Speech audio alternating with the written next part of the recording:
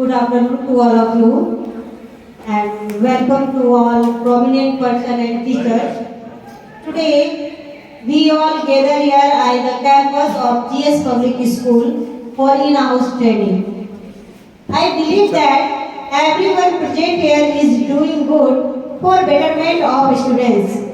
But instead of that, day by day, we have or we can say we need to improve our teaching methods, increasing the moral value in the students. Today, we are going to start in-house training program in our school, GS Public School campus. The topic is पाठ्यचर्या और समावेशी शिक्षा. And today's our resource person, Mr. Rajiv Ranjan Mishra. सबसे पहले हम लोग यह देखते हैं कि पाठ्यचर्या मीन्स कैरिकुलम. पाठ्यचर्या क्या है? पाठ्यचर्या शिक्षा का आधार है, मेन आधार है. पाठ्यचर्या द्वारा शिक्षा के उद्देश्यों की पूर्ति की जाती है. यह एक ऐसा साधन है जो छात्र तथा अध्यापक को जोड़ता है, बनाए रखता है. अध्यापक पाठ्यचर्या के माध्यम से छात्रों के मानसिक, शारीरिक, नैतिक, सांस्कृतिक, संवेगात्मक, आध्यात्मिक तथा सामाजिक विकास के लिए प्रयास करता है. पाठ्यचर्या द्वारा छात्र को जीवन जीने की शिक्षा प्राप्त होती है. इससे अध्यापकों को दिशा निर्देश प्राप्त होते हैं. छात्रों के लिए लक्ष्य निर्धारित होने से उनमें एकाग्रता आती है, वे नियमित रहकर कार्य करते हैं और बच्चे कैसे आगे बढ़े इस पे वो ध्यान देते हैं. जैसा कि कनिंघम के अनुसार पाठ्यचर्या अध्यापक रूपी कलाकार के हाथ में वह साधन है जिसके माध्यम से वह अपने पदार्थ रूपी शिष्य को अपने कलागृह रूपी स्कूल में अपने आदर्श उद्देश्य के अनुसार विकसित अथवा रूप प्रदान करता है. अब हम लोग देखते हैं समावेशी शिक्षा. पाठ्यचर्या देखिए, अब देख रहे हैं समावेशी शिक्षा. समावेशी शिक्षा क्या है? समावेशी शिक्षा मीन्स इंक्लूसिव एजुकेशन. समावेशी शिक्षा से आशय उस शिक्षा प्रणाली से है जिसमें एक सामान्य छात्र एक दिव्यांग छात्र के साथ विद्यालय में अधिकतर समय बिताता है. दूसरे शब्दों में समावेशी शिक्षा विशिष्ट आवश्यकता वाले बालकों को सामान्य बालकों से अलग शिक्षा देने के विरोधी है. शिक्षा का समावेशीकरण यह बताता है कि विशेष शैक्षणिक आवश्यकताओं की पूर्ति के लिए एक सामान्य और एक दिव्यांग छात्र को समान शिक्षा प्राप्ति के अवसर मिलने चाहिए. पहले समावेशी शिक्षा की परिकल्पना सिर्फ विशेष छात्रों के लिए की गई थी, लेकिन आधुनिक काल में हर शिक्षक को इस सिद्धांत को विस्तृत दृष्टिकोण में अपनी कक्षा में व्यवहार लाना चाहिए. इस टॉपिक जो आज का हमारा टॉपिक है पाठ्यचर्या और समावेशी कक्षा, इस टॉपिक के बारे में विस्तृत जानकारी प्राप्त करने के लिए मैं यहाँ पे अपने स्कूल के महानुभावी प्रभावशाली हिंदी शिक्षक रिसोर्स पर्सन के रूप में मैं राजीव रंजन मिश्रा सर को बुलाना चाहूंगी. सो इनके लिए एक बार जोरदार तालियां हो जाए. Mister Rajiv Ranjan sir, please come here. उपस्थित सभी शिक्षकगण, आप सभी को दोपहरकालीन नमस्कार. आज के इस प्रशिक्षण सत्र में हम सभी समावेशी कक्षा और पाठ्यचर्या के बारे में विस्तृत रूप से चर्चा करेंगे। निश्चित ही यह हमें उन सभी छात्रों को दिशा निर्देश जारी करने में एक अहम भूमिका निभाएगी।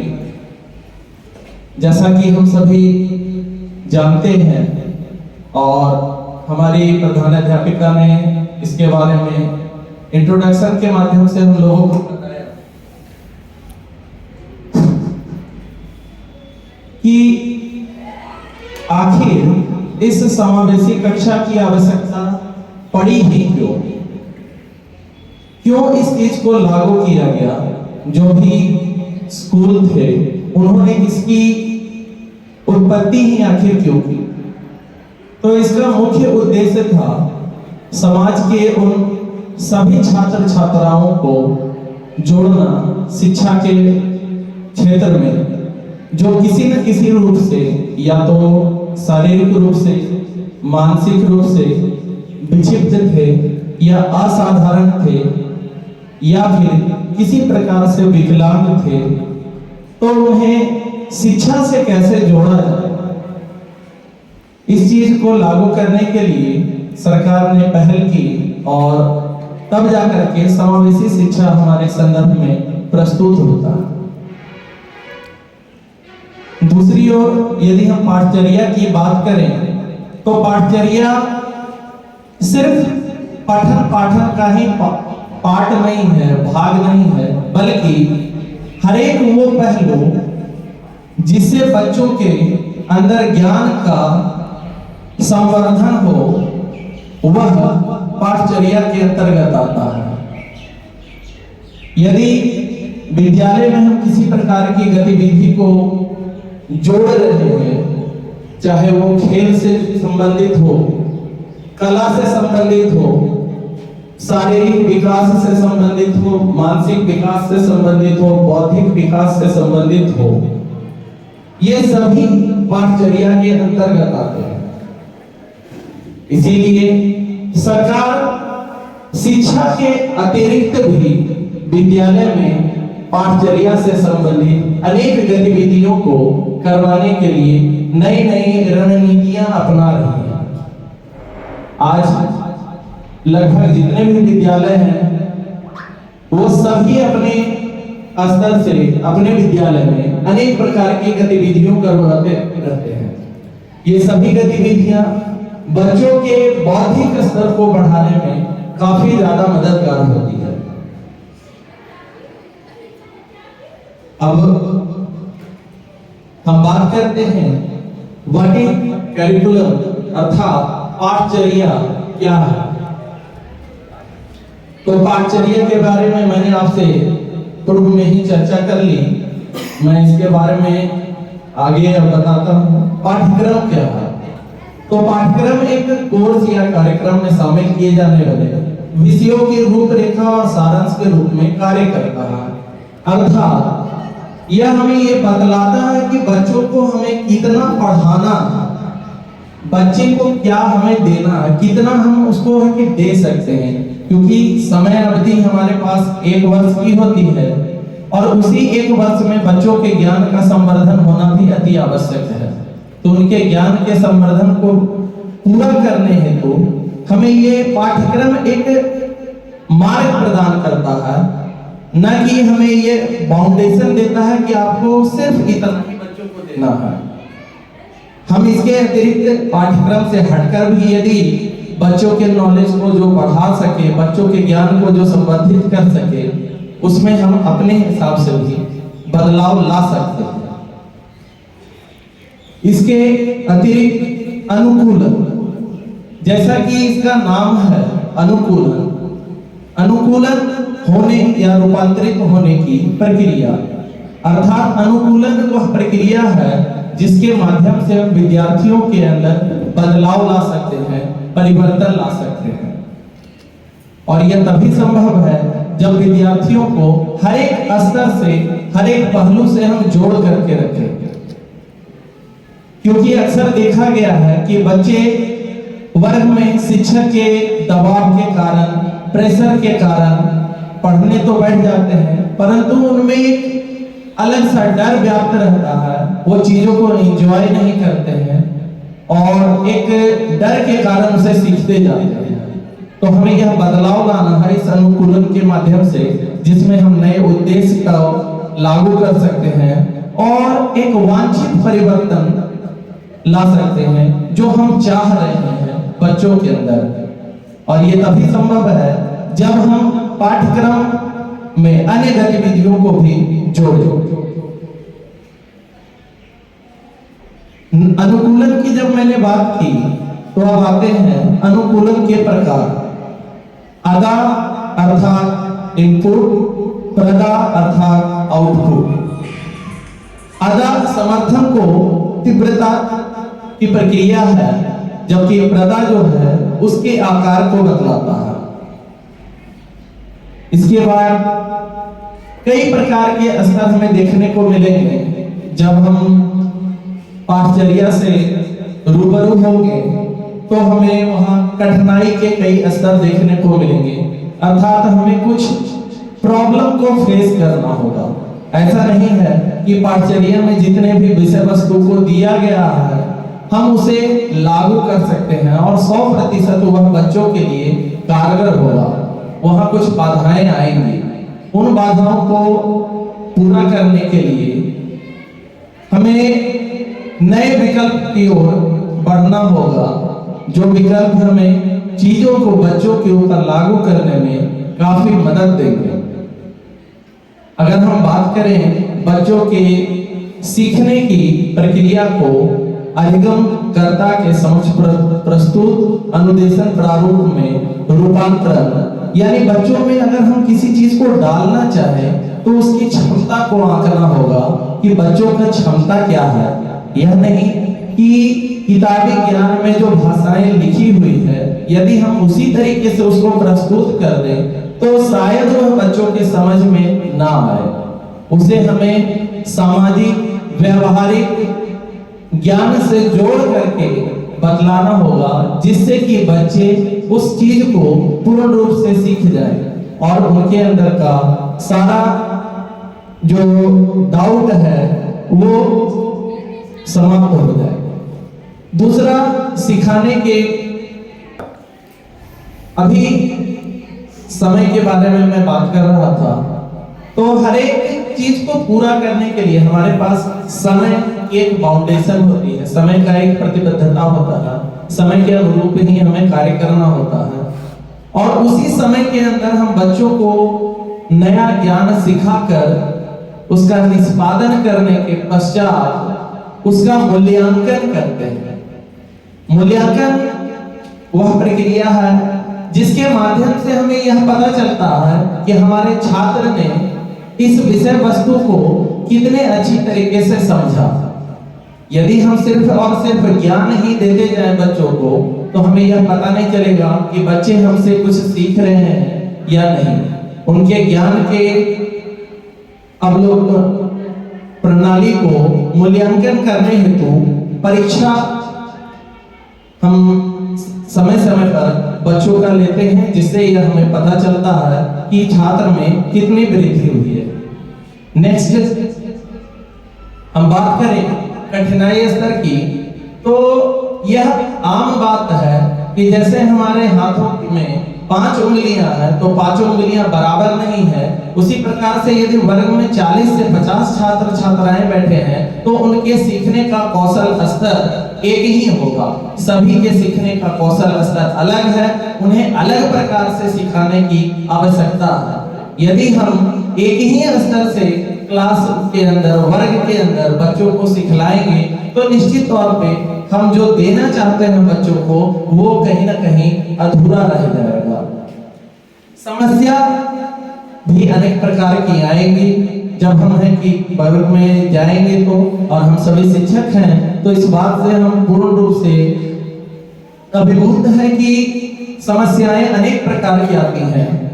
उनके सीखने संबंधी उनके दृष्टिकोण भी अलग अलग होते हैं। यदि हम बच्चों को व्याकरण बता रहे हैं, सपोज शब्द क्या है, वर्ण क्या है, तो सभी बच्चे अपने अपने स्तर से उसे सोचने लगते हैं कि सर ने ये बताया तो इसका मतलब ये हुआ, जब हम उनसे वास्तविक रूप में बात करते हैं तब हमें यह ज्ञात होता है कि हमने जो बताया वो तो 50% बच्चे ही हमारे सीख पाए, रेस्ट बच्चे जो हैं सिर्फ उसकी अवधारणा को पकड़ के रखे हुए हैं कि आखिर ये क्या है, और बहुत सारे बच्चे तोते के समान उसको रट लेते हैं। अगर उसके कॉन्सेप्ट की बात की जाए तो बच्चे उस स्तर तक नहीं सीख पाते हैं।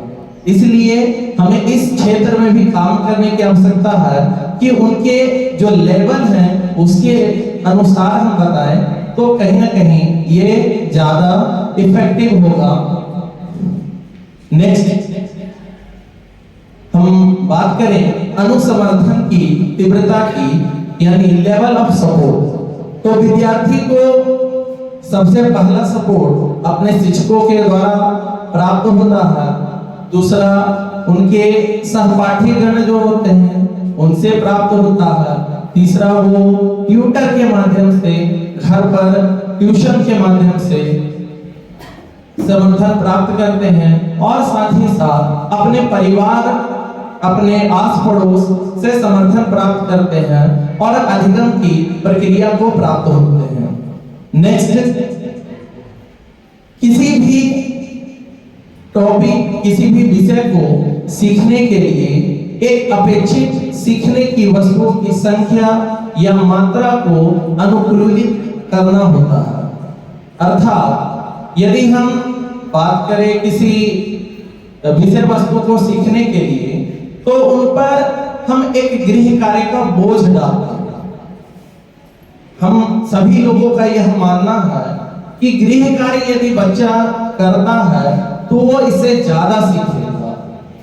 वर्ग में हमने बताया, पुनः वो गृह कार्य करके आएंगे तो बच्चे के अधिगम की क्षमता जो है वो ज्यादा होगी। लेकिन इस संदर्भ में यह 50% ही उपयोगी हो पाता है, क्योंकि बहुत सारे बच्चे गृह कार्य को स्वयं न करके अपने आस पड़ोस के छात्रों से, आस पड़ोस के अपने सहयोगियों से उसे पूरा कर लेते हैं। इस संदर्भ में हमारा यह सोचना 100% सही नहीं रह पाता है कि बच्चे गृह कार्य करके भी बहुत कुछ सीखेंगे।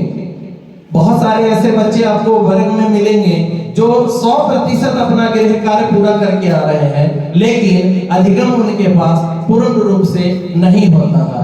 इसका एकमात्र कारण यह भी है और इस पर हमें सोचना चाहिए। नेक्स्ट हम बात करें भागीदारी का स्तर। तो सीखने की प्रक्रिया में अनेक ऐसे तथ्य हैं जो भागीदारी के स्तर को निर्धारित करते हैं। वह नाटक हो सकता है, कविता वाचन हो सकता है, खेल कूद हो सकता है। जैसा कि हमारे विद्यालय में कुछ दिन पहले बच्चों ने अधिगम की क्षमता को दिखाने हेतु माचिस की तिल्लियों का उपयोग किया था और उन्होंने उसके माध्यम से रोमन नंबर को बदलाया था। मेरा यह मानना है कि बच्चे इस तरीके से यदि अपना गृह कार्य पूर्ण करते हैं तो वो बच्चा जीवन में कभी भी इस बात को नहीं भूलेगा कि रोमन में हमें 10 कैसे लिखना है, 11 कैसे लिखना है। उसके पास वह पूर्ण रूप से पहले से ही ज्ञात है। नेक्स्ट हम बात करें वैकल्पिक उद्देश्य, यानी कि जब किसी चीज के ऊपर हम बात करें, किसी विषय वस्तु के ऊपर यदि हम बात करते हैं तो उसके अलग अलग परिणाम, अलग अलग हमें लक्ष्य आदि देखने को मिलते हैं, जिससे कि जो हमारे पास संसाधन उपलब्ध है उन्हीं संसाधनों को हम कैसे अच्छे तरीके से उपयोग करके अच्छे परिणाम तथा अच्छे लक्ष्य को प्राप्त कर सकते हैं। अगर हमारे पास संसाधन सीमित है तो भी हम बहुत कुछ अच्छा बच्चों को दे सकते हैं। ये हमारे वैकल्पिक उद्देश्य में आ सकते हैं। सपोज अगर हमें बच्चों को गिनती सिखाना है तो उस समय हम ईंट, पत्थर, गिट्टी और भी तरह तरह के मिट्टी के छोटे छोटे कंकड़ पत्थर लेकर के उससे गिनती की अवधारणा को पूरा करवा सकते हैं। यह एक वैकल्पिक उद्देश्य के रूप में हो सकता है, जबकि इसे सिखाने के लिए बाजार में तरह तरह के खिलौने और बहुत सारे चीजें उपलब्ध हैं। तो हमें उन चीजों के ऊपर भी ध्यान देना होगा। नेक्स्ट, विकल्प पाठचर्या। जैसा कि नाम है विकल्प पाठचर्या, तो अलग अलग प्रकार के पुस्तकों से हमें अलग अलग प्रकार के ज्ञान की उपलब्धता होती है। अगर एक ही प्रकार के बुक हमारे पास या एक ही प्रकार की किताब होगी तो बच्चे की अधिगम कहीं ना कहीं अधूरी रह जाएगी। बच्चे हर एक प्रकार के ज्ञान को नहीं प्राप्त कर सकते। उन्हें अलग अलग बुक, अलग अलग किताबों के माध्यम से हम ज्ञान को विकसित करने में मदद दिला सकते हैं।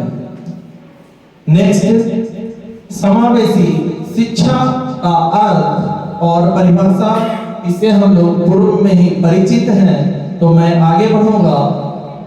और बाल केंद्रित शिक्षा, यह एक युग है प्रत्येक विद्यालय की या प्रत्येक जगह की सबसे बड़ी कमजोरी और सबसे बड़ा प्लस पॉइंट भी कह सकते हैं कि जहां बाल केंद्रित शिक्षा है, यानी बच्चों को आधार मान करके उन्हें शिक्षा दिया जा रहा है, बच्चों के अनुरूप उन्हें शिक्षित किया जा रहा है कि बच्चे आखिर क्या चाह रहे हैं।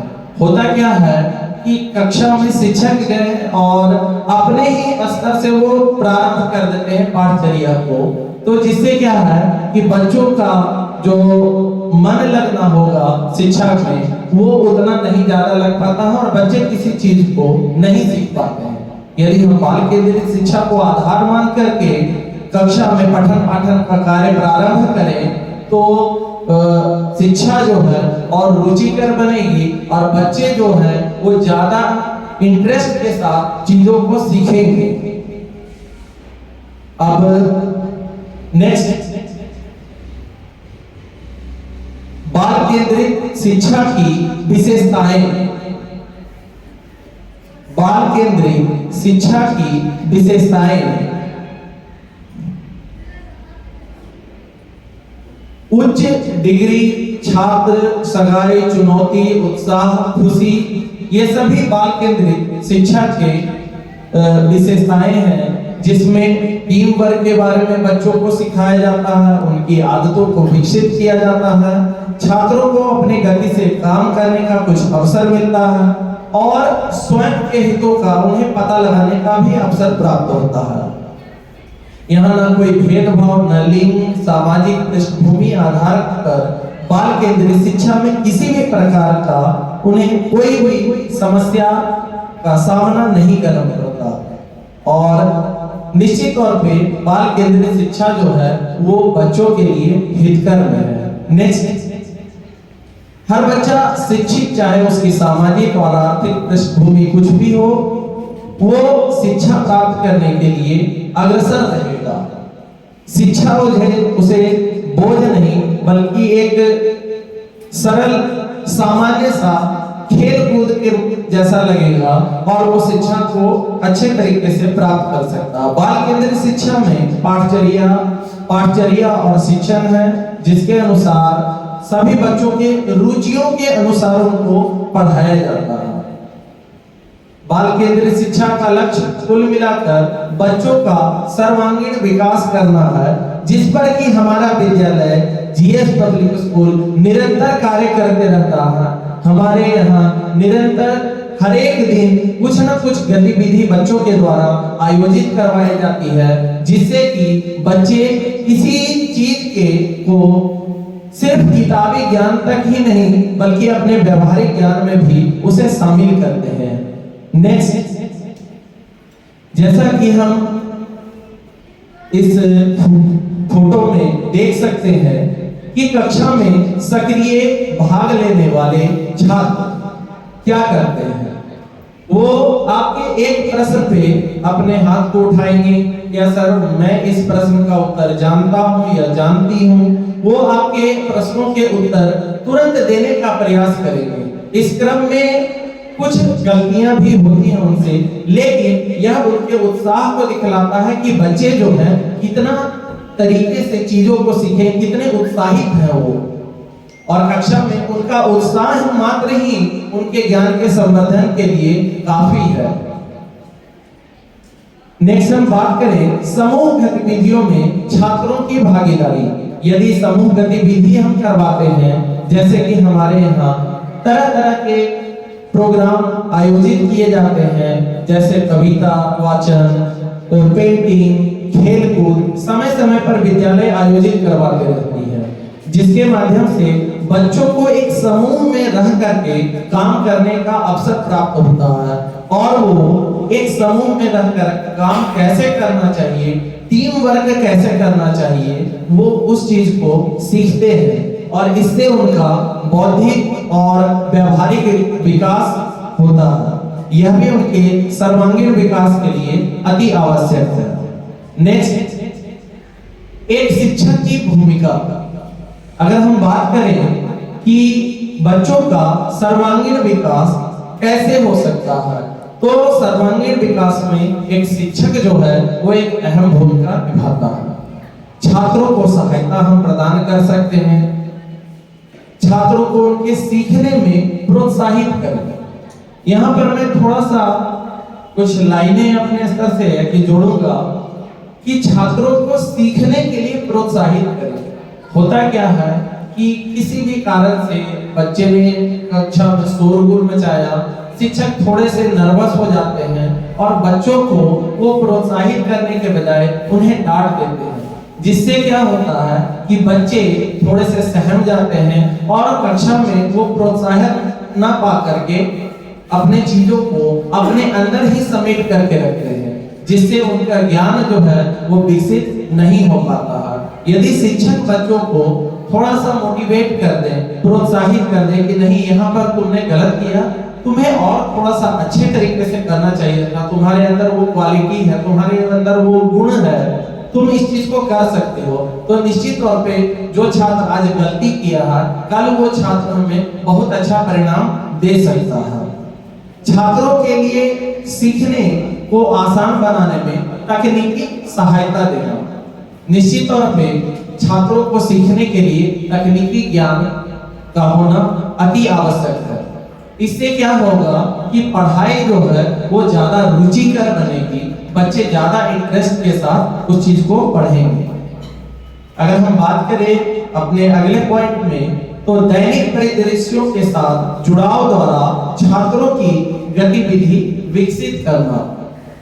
जैसे अगर हम बच्चों को पर्यावरण से संबंधित कुछ पढ़ा रहे हैं, तो उस समय हम पौधे को ला करके बच्चों के सामने उसका एक लाइव प्रदर्शनी उनके सामने कर सकते हैं और बता सकते हैं कि ये पौधे का ये पार्ट जड़ है, ये मुसला जड़ है, ये झगड़ा जड़ है, और इस तरह की तमाम बातें उनके सामने जब हम रखेंगे तो बच्चों का जो बौद्धिक स्तर है समझने का वो कहीं ना कहीं ज्यादा विकसित होगा। किताबी ज्ञान में तो उन्होंने सीख लिया कि ये तना है, ये डाल है, ये पत्ती है, लेकिन अगर वो अपने आंखों से के समक्ष देखते हैं तो निश्चित तौर पे वो ज्यादा सीखेंगे। आगे हम बात करें कि बहुत सारे शिक्षकों का या बहुत सारे पेरेंट्स का भी, अभिभावकों का भी ये दबाव होता है कि बच्चे को सर होमवर्क ज्यादा दीजिएगा, बच्चे को गृह कार्य ज्यादा दीजिएगा। इससे क्या होगा कि बच्चा ज्यादा देर तक पढ़ेगा और वो ज्यादा देर तक नॉलेज को गेन करेगा। लेकिन मैं इस पक्ष में बिल्कुल भी नहीं, चीजों को 1 मिनट में भी उतना ही बच्चा सीखेगा और 10 घंटे तक भी अगर लगे रहेगा तो जीरो है कि सीखेगा। अगर उसके पास व्यवहारिक ज्ञान नहीं है तो वो चीजों को कभी नहीं सीख सकता। होमवर्क के एक जरिया है सीखने का, ना कि होमवर्क ही सब कुछ है। होमवर्क के माध्यम से बच्चा सीखता है, लेकिन 100% होमवर्क से ही सीखेगा ये कभी पूरा नहीं हो सकता। हम इसके लिए बच्चों को समय समय पर प्रोजेक्ट्स वर्क दे सकते हैं। प्रोजेक्ट्स वर्क के माध्यम से बच्चे बहुत ज्यादा चीज सीखते हैं। अभी तत्काल में ही हमारे विद्यालय के वर्ग द्वितीय के एक छात्र जिनका नाम आयुष सोनी है, उन्होंने एक बहुत अच्छा रेन वाटर हार्वेस्टिंग के बारे में कॉन्सेप्ट दिया था। और वर्ग द्वितीय के छात्र को रेन वाटर हार्वेस्टिंग क्या समझ में आएगा, ये हम सभी अच्छे तरीके से समझ सकते हैं, लेकिन उन्होंने उस चीज को बनाया और बाकायदा उसके बारे में सभी लोगों को बतलाया भी। ये दिखलाता है कि बच्चे ने उस चीज को अच्छे तरीके से समझा है, जबकि ये बड़े बड़े बच्चों के बस की बात नहीं है कि वो उस चीज को बता पाए। आगे नेक्स्ट, बाल केंद्रित शिक्षा की आवश्यकता। इससे क्या होगा कि बच्चे नेतृत्व करने की क्षमता उनके अंदर विकसित होगी, सामग्री के साथ जुड़ाव उनका बढ़ेगा, पढ़ने में उनका ध्यान लगेगा और दीर्घकालिक प्रतिधारण होगा। यानी जो कुछ भी हम बच्चे को सिखा रहे हैं वो लंबे समय तक उनके अंदर रहेगा। महत्वपूर्ण सोच या रचनात्मक समस्या को सुलझाने के कौशल का अधिग्रहण होगा। पढ़ाए जा रहे विषय के प्रति सकारात्मक दृष्टिकोण बढ़ेगा, अर्थात बच्चे को हम जो सिखा रहे हैं उसे वो सकारात्मक रूप में लेकर के आगे भी अपने दैनिक उपयोग में उसे प्रयोग में लाएंगे और उनका ज्ञान और कौशल में विश्वास बढ़ेगा। क्योंकि शिक्षा सिर्फ शिक्षा नहीं है, शिक्षा में उनका बौद्धिक व्यवहारिक सारे ज्ञान का विकास होना चाहिए, अर्थात सर्वांगीण विकास होना चाहिए। नेक्स्ट, सबसे महत्वपूर्ण जहां बच्चे अपने दिन का अधिकतर समय बिताते हैं वह है विद्यालय। ऐसे में विद्यालय का वातावरण सकारात्मक उत्साहजनक होना चाहिए, अर्थात विद्यालय में आने के बाद बच्चे को यह नहीं लगे कि मैं यहाँ पढ़ाई करने आया हूँ, बल्कि बच्चे को यह लगे कि मैं यहाँ कुछ नया सीखने आया हूँ। अगर इस अवधारणा के साथ बच्चा आता है विद्यालय में कि मैं यहाँ पढ़ने आया हूँ, तो बच्चा कुछ नहीं सीख करके जाएगा। लेकिन अगर यह रहेगा कि आज मैं कुछ नया सीखने वाला हूँ, तो निश्चित तौर पे वो अपने पढ़ाई के प्रति सजग रहेगा और कुछ ना कुछ यहाँ से सीख करके जाएगा। सीखने में स्मार्ट कक्षाओं का उपयोग, जैसा कि हम सभी जानते हैं कि अभी तकनीकी युग है और इसमें हम स्मार्ट कक्षा से बच्चों को वंचित नहीं रह सकते। स्मार्ट कक्षा बच्चों को बहुत ज्यादा मददगार सिद्ध होती है किसी चीज को याद रखने में। यदि हम बात करें छोटे बच्चों की, तो छोटे बच्चे को जिन्हें क ख भी नहीं पढ़ना आता है, वो बच्चे कम से कम 10-20 राइम्स तो इतना जल्दी बोल लेते हैं कि शायद उन्हें अगर वो चीजें लिखी मिले तो शायद एक अक्षर भी वो ना पढ़ पाए। लेकिन स्मार्ट कक्षा के माध्यम से बच्चे ने सारा चीज याद कर लिया। एक स्टोरी है, प्यासा कौआ और घड़ा और प्यासा कौआ की कहानी है। उसको एक अच्छे तरीके से बाल गीत के माध्यम से प्रस्तुत किया गया था कि घड़े में पानी थोड़ा था, कौआ बहुत प्यासा था। यह स्टोरी शायद बच्चा ना बोल पाए, लेकिन इस गीत के माध्यम से बच्चे ने पूरे स्टोरी को याद रख सका है। इसलिए मैं चाहूंगा कि जितने भी स्कूल हैं वो अपने स्कूल में स्मार्ट कक्षाओं को बच्चों को जरूर दें। पारंपरिक प्रथाओं के बजाय परियोजना और आकलन सुनिश्चित करें। शिक्षार्थियों से जुड़ने के लिए प्रेरणा दें। एक सहायक शिक्षण संस्कृति स्थापित करें, अर्थात विद्यालय में हर वो चीज हम बच्चों को प्रोवाइड करें जिससे कि उनके बीच आपसी तालमेल ज्यादा बढ़े, उनकी संस्कृति और सभ्यता का भी विकास हो और साथ ही साथ वो एक नए चीज को सीखे। छात्रों को अपमानित या हतोत्साहित न करें। पूर्व में जैसा कि मैंने बताया कि शिक्षक थोड़े से नाराज हो जाते हैं और अपने गुस्से को छात्रों के ऊपर डाल देते हैं। इससे बच्चे जो हैं वो अपने आप को अपमानित और हतोत्साहित महसूस करते हैं। तो बच्चों को वहाँ प्रोत्साहित करने की आवश्यकता है और उनकी सफलता या उपलब्धियों का हमें जश्न मनाना चाहिए, जिसमें कि हमारा जीएस सबसे आगे रहता है। इस बात के लिए मैं अपने विद्यालय प्रबंधन समिति को कोटि कोटि धन्यवाद दूंगा कि बच्चों की छोटी से छोटी उपलब्धियों को भी एक जश्न के तरीके से वो मनाते हैं, जिससे बच्चों के अंदर किसी भी चीज को करने की लालसा जो है कई गुना बढ़ जाती है। नेक्स्ट हम एक प्रवाह चार्ट के माध्यम से देखेंगे और समझने की कोशिश करेंगे कि सबसे पहले हमें करना क्या चाहिए। तो सबसे पहले वर्ग में हमें समीक्षा करनी चाहिए कि कौन सा छात्र जो है वो किस स्तर में है। समावेशी रणनीतियां एवं सामग्री, जैसा कि पूर्व में मैंने बात किया कि पांचों उंगलियां बराबर नहीं है, तो सभी के लिए एक ही रणनीति काफी नहीं है। अलग अलग बच्चों के लिए हमें अलग अलग रणनीतियां बनानी होंगी। उपलब्धि के संकेतक, अगर बच्चों को हम कुछ सिखा रहे हैं तो सभी के उपलब्धियां एक समान हमें देखने को नहीं मिलेंगी। सभी का संकेत हमें अलग अलग होगा कि किस बच्चे ने कितना सीखा। आगे हम बात करें व्यवहारिक उद्देश्य, और क्या है कि बच्चा जब सीखेगा तो उनका व्यवहारिक उद्देश्य भी धीरे धीरे हमें बदलता हुआ दिखेगा। इसके बाद दीर्घकालीन लक्ष्य, शिक्षा जो है वो दीर्घकालिक होनी चाहिए, ना कि क्षणिक होनी चाहिए। ऐसे लक्ष्यों का निर्धारण हम कक्षा में करें जो कि उन्हें दीर्घकाल तक समर्पित हो। इसके बाद परिणाम का मूल्यांकन, जो भी बच्चों ने सीखा उसका क्या परिणाम है, उसका क्या मूल्यांकन है, हमें इस पर विचार करना चाहिए। और लक्ष्यों का विवरण और जो भी उनके लक्ष्य हैं उसके बारे में हमें अवश्य बात करना चाहिए। नेक्स्ट हम यहाँ देख सकते हैं अंधे या कमजोर बालक, नजर वाले बालक। कक्षा में हर एक प्रकार के बालक हमें और बालिकाएं देखने को मिलती हैं जो शारीरिक रूप से अक्षम होते हैं।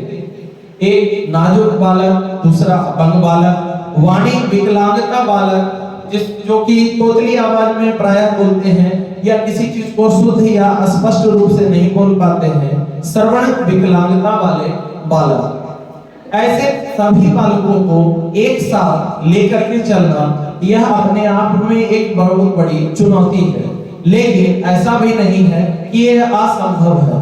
हम इन सभी को एक साथ भी लेकर के चल सकते हैं और सभी बच्चों को एक समान शिक्षा प्रदान कर सकते हैं। इसीलिए समावेशी कक्षा का अवधारणा हमारे बीच में लाया गया। नेक्स्ट, शिक्षा का अर्थ। यदि हम सभी शिक्षक हैं तो हम सभी इस बात से भली-भांति परिचित हैं कि शिक्षा का अर्थ क्या है। तो किसी चीज को बच्चों के अंदर से बाहर निकालना, यह भी शिक्षा का एक अर्थ है कि बच्चे के अंदर कौन से गुण विद्यमान है। दूसरा, बच्चों को प्रशिक्षित करना, शिक्षित करना, संवर्धन करना, विकसित करना, उनका पालन पोषण करना, नियंत्रण करना, आगे बढ़ाना, सीखना और सिखाना। ऐसा नहीं है कि बच्चों को हम सिर्फ सिखाते हैं, हम शिक्षक भी बच्चों से बहुत कुछ सीखते हैं। नेक्स्ट, समावेशी विकास। इसके बारे में आप सभी देख सकते हैं। अवधारणा, समावेशी विकास सूचकांक, समावेशी विकास के घटक, सरकार द्वारा उठाए गए कदम।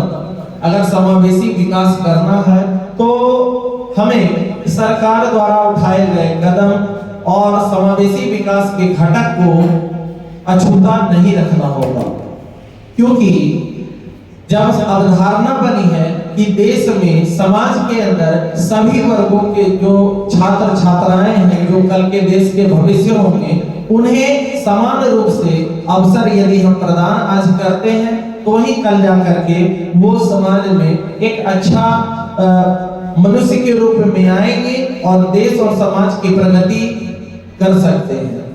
इसके लिए समावेशी विकास सूचकांक है, जिसमें विश्व आर्थिक मंच पर जारी किया गया कि नेपाल कितने स्तर पे है, तो वो 22वें स्थान पे आता है। समावेशी के बात करें तो पाकिस्तान 47वें में और भारत जो है वो 63वें में। यानी कहने का कि भारत जो है समावेशी शिक्षा से अभी भी कहीं न कहीं दूर है। समावेशी विकास के घटक बेरोजगारी की दर को घटाना। यदि हम आज समावेशी कक्षा में बच्चों को शिक्षित करते हैं तो बच्चे निश्चित तौर पे कल के डेट में आगे जाएंगे। और इससे क्या है कि जो बच्चे शिक्षा के अभाव में बेरोजगार रह गए हैं वो कल के डेट में रोजगार को प्राप्त करेंगे। कृषि एवं ग्रामीण विकास अगला है आर्थिक असमानता को समाप्त करना। आधारभूत आवश्यक वस्तुओं तक सबकी पहुंच सुनिश्चित करना। सरकार ने इसके लिए जनधन योजना, हम सभी इसको से परिचित हैं, स्टार्टअप इंडिया योजना, स्किल इंडिया मिशन, प्रधानमंत्री ग्राम सड़क योजना, दीनदयाल उपाध्याय ज्योति योजना और प्रधानमंत्री उज्ज्वला योजना। इन सभी के माध्यम से सभी को, समाज के सभी वर्गों को लाभ पहुंच रहा है और सभी इससे आगे बढ़ रहे हैं। नेक्स्ट हम बात करें पिक्चर के माध्यम से सबका साथ सबका विकास। यूं तो ये परिचित है इससे हम सभी कि हमारे यशस्वी प्रधानमंत्री जी ने इस अवधारणा को सभी के समक्ष दिया है, लेकिन यह बात समावेशी कक्षा में पूर्ण रूप से भागीदारी निभाती है कि जब तक समाज के सभी वर्ग के छात्र छात्राओं को हम नहीं जोड़ते हैं, चाहे वो दृष्टि बाधित हो, चाहे श्रवण बाधित हो, विकलांग हो, किसी प्रकार से बौद्धिक स्तर से कम हो, तो सभी को साथ लेकर के जब हम चलेंगे तभी हमारे देश में सभी का विकास संभव है। नेक्स्ट एक पिक्चर के माध्यम से आप देख सकते हैं कि एक ही कक्षा के अंदर अपंग, दृष्टि बाधित सभी प्रकार के छात्रों को शिक्षा प्रदान किया जा रहा है, जबकि जब तक समावेशी कक्षा की अवधारणा हमारे समक्ष नहीं थी तो सभी के लिए अलग अलग स्कूल की व्यवस्था थी। इस स्कूल में जाने के बाद बच्चों को यह लगता था कि मैं कहीं न कहीं इस विकलांगता से हूँ, इसलिए मुझे अलग विद्यालय में भेजा जा रहा, मैं सामान्य छात्रों की तरह क्या उस विद्यालय में नहीं पढ़ सकता। तो बच्चे कहीं न कहीं हीन भावना से ग्रसित हो जाते थे। जब वो सामान्य छात्रों के साथ बैठ करके एक ही कक्षा में शिक्षा को ग्रहण करते हैं तो उन्हें अपने आप में प्रोत्साहन महसूस होता है कि नहीं, मैं भी उन सामान्य छात्रों की तरह हूँ और मैं भी उनके साथ बैठ करके पढ़ सकता हूँ। नेक्स्ट हम बात करें तो एक विद्यालय है जो कि समावेशी कक्षा और स्कूल को दर्शा रहा है, जिसमें कि सभी प्रकार के बच्चे एक ही स्कूल में पढ़ने के लिए जा रहे हैं। नेक्स्ट हम देखें तो यहाँ हर एक बच्चों के लिए शिक्षा की एक अलग प्रणाली है, जिसमें उच्च उम्र के, निम्न उम्र के और दृष्टि बाधित और सभी उम्र के छात्र छात्राओं के पठन पाठन के लिए अलग अलग व्यवस्थाएं हैं और सभी कुछ न कुछ अपने पढ़ाई को सीख रहे हैं। नेक्स्ट हम बात करें खेल में पढ़ना सीखें। यह गतिविधि अपनाकर, जैसा कि सांप सीढ़ी के माध्यम से हम देख रहे हैं यहाँ कि कैसा, कहां, किसको, कौन, किन किन, किस किस, कितना, क्यों, किसका, क्या आदि। तो इसके माध्यम से बच्चों को हम खेल खेल के माध्यम से बहुत सारी चीजों को सिखा सकते हैं। यदि हम 21 नंबर में बात करें तो क्राई की स्पेलिंग बताओ और करके दिखाओ। इसमें बच्चों को जैसे ही वो 21 नंबर पे पहुंचेंगे तो क्राई की स्पेलिंग उन्हें लिखनी है और साथ ही साथ बतानी भी है। इससे क्या है कि वो एक नए है कि स्पेलिंग को सीख रहे हैं और खेल खेल में एक नए शब्द को उन्होंने जान लिया। फिर अगर हम बात करें 10 नंबर की, तो 10 में लाफ शब्द है, हंसने की स्पेलिंग बताओ और हंस के दिखाओ। इससे क्या है, पढ़ाई एक रुचिकर हो जाएगी और बच्चे क्या है, खेल खेल में भी बहुत सारे चीजों को सीख लेंगे।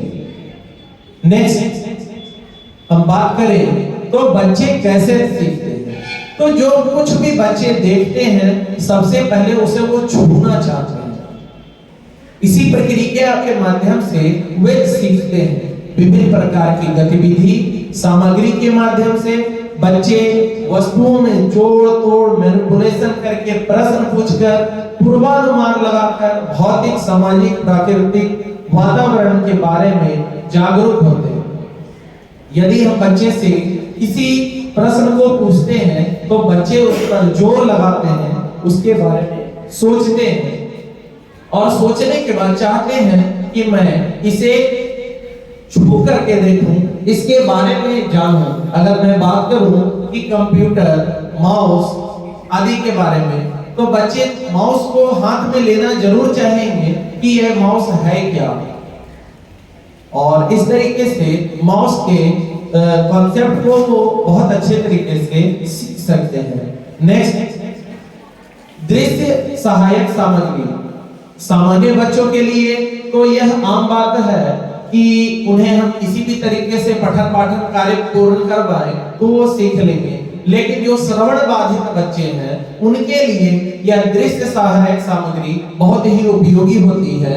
बच्चे उसमें देख करके सभी चीजों को सीख सकते हैं, जिसमें कि पुस्तक, मानचित्र, पोस्टर, संग्रहालय, बुलेटिन बोर्ड, चार्ट आदि सम्मिलित है। नेक्स्ट, श्रव्य सहायक सामग्री। यदि कोई बच्चा श्रवण बाधित बच्चा है तो उसे हम सिर्फ दृश्य सहायक सामग्री के ही माध्यम से नहीं सबको सिखा सकते हैं। उसके लिए श्रव्य सहायक सामग्री हमारे लिए काफी जरूरी हो जाती है, जिसमें tele conferencing, tape recorder, radio आदि है। नेक्स्ट, दृश्य श्रव्य तकनीक, जिसमें कि दृश्य तकनीक भी है और श्रव्य तकनीक भी, जिसको कि आज हम लोग टेलीविजन के माध्यम नाम से जानते हैं। टेलीविजन में सुनने और देखने दोनों की व्यवस्था है। इसके माध्यम से किसी भी चीज को हम बच्चों तक आसानी से पहुंचा सकते हैं। नेक्स्ट, शैक्षिक लब्धि। इक्वेशन यहाँ है EA बटा CA इंटू 100, यानी EA अर्थात एजुकेशनल एज यानी शिक्षा की आयु और CA अर्थात क्रोनोलॉजिकल एज यानी वास्तविक आयु। यानी अगर शिक्षा की आयु हम समझते हैं कि बच्चे की 3 वर्ष की है अर्थात 4 वर्ष की है या 5 वर्ष की हो गई है तो बच्चे को स्कूल जाना चाहिए। लेकिन क्या वो बच्चा 5 साल में 5 साल की बराबर की आयु को रखता? क्या 5 साल की जो मैच्योरिटी है क्या उसने उस चीज को गेन कर लिया है? क्या वो 5 साल की चीजों को जितना समझना चाहिए क्या बच्चा उस चीज को समझने के सक्षम है? तो आंसर कहीं ना कहीं हमें नाम भी सुनने को मिलेगा। और ऐसे स्थिति में यदि बच्चे विद्यालय में नामांकित हो जाते हैं तो वैसे ही बच्चे कहीं ना कहीं पिछड़ जाते हैं। नेक्स्ट,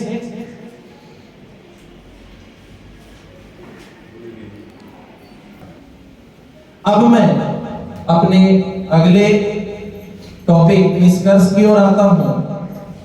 यह मॉड्यूल राष्ट्रीय शिक्षा नीति, उसकी रूपरेखा, पाठचर्या व इनके प्रकार व शिक्षा शास्त्र की एक अच्छी समझ विकसित करने पर केंद्रित है।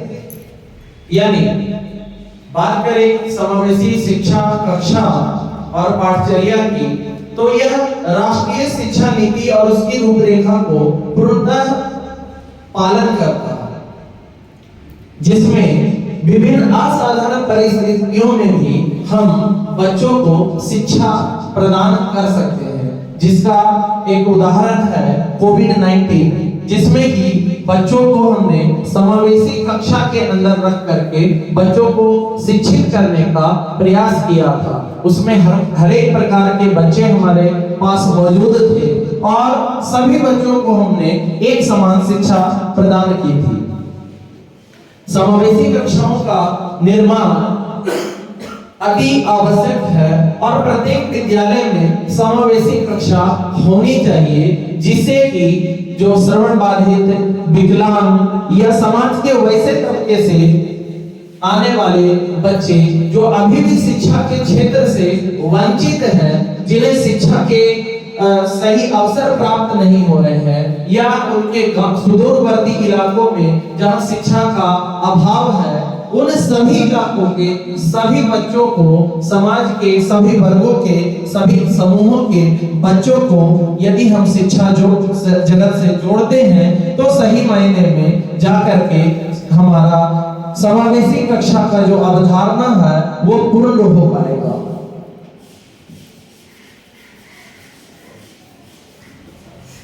समावेशी कक्षा जैसा कि हम सभी बात कर रहे हैं, तो मैं इसके बारे में चर्चा करना चाहूंगा कि इसकी अवधारणा सबसे पहले संयुक्त राज्य अमेरिका में 1973 के पुनर्वास अधिनियम के तहत लाया गया था, जिसमें विकलांग लोगों को, नागरिकों को अधिकार की गारंटी दी गई कि आप समावेशी कक्षा से, शिक्षा से जुड़े और आपके अधिकारों की मैं गारंटी देता हूं कि आपके साथ किसी भी प्रकार का भेदभाव नहीं किया जाएगा। जबकि समाज में उस समय यह अवधारणा थी कि यह हम सभी से असामान्य है, हमारे से ये अलग है, तो इसे समाज में वह अधिकार नहीं दिया जा सकता जो एक सामान्य व्यक्ति को दिया जाता है। धीरे धीरे यह प्रक्रिया आगे बढ़ी और 2001 में no child left behind act के तहत धीरे धीरे आगे बढ़ी, जिसके बाद विकलांग अमेरिकी छात्रों में से लगभग आधे से ज्यादा सामान्य कक्षाओं में आ गए।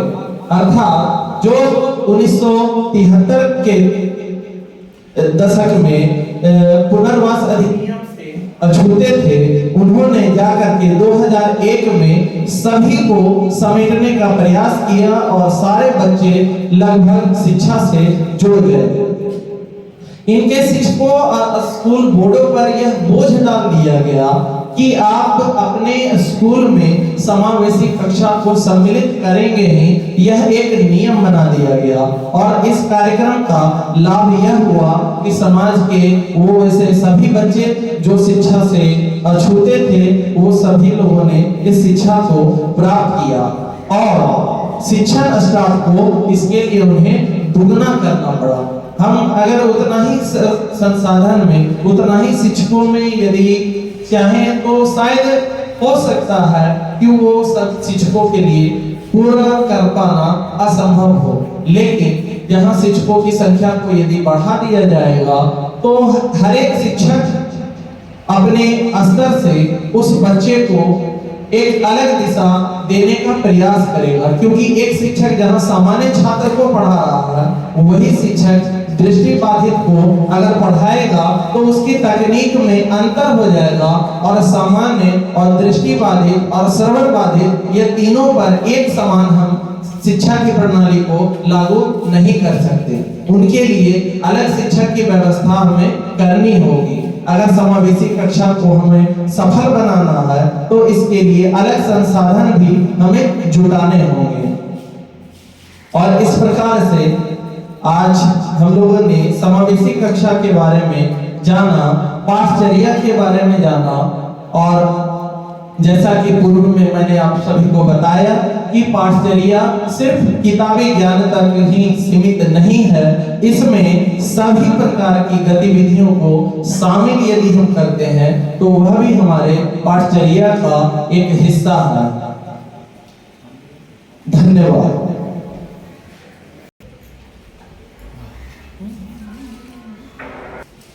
Start.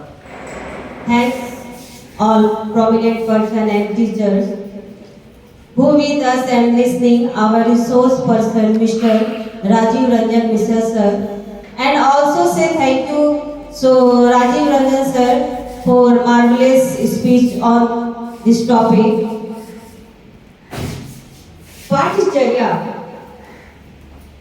पाठचर्या और समावेशी कक्षा के टॉपिक में जितनी भी हमने जानकारियां प्राप्त की, उससे निष्कर्ष यह निकलता है कि पाठचर्या का संबंध सीखने वालों से होता है। इसका मतलब पाठचर्या का संबंध सिखाने वाले से ही होता है। यह दोनों को जोड़ने वाले एक कड़ी है। पाठचर्या की सहायता से एक शिक्षक यह पता लगाता है कि क्या पढ़ना है, क्या पढ़ाना है, क्या बच्चों को बताना है और लिखाना है और समझाना है, किन क्रियाओं में भाग लेना है। इन सब जानकारी के लिए छात्र और अध्यापक दोनों के लिए पाठचर्या की आवश्यकता होती है। जो आवश्यक है वह उपयोगी होगा और उसका महत्व होगा। यही बात पाठचर्या के लिए सत्य है। पाठचर्या की सहायता से शिक्षक को अपने शिक्षण कार्य के स्वरूप को निर्धारित करने, शिक्षण कार्य को संचालन करने तथा छात्रों की उपलब्धियों के बारे में जानने का अवसर प्रदान होता है।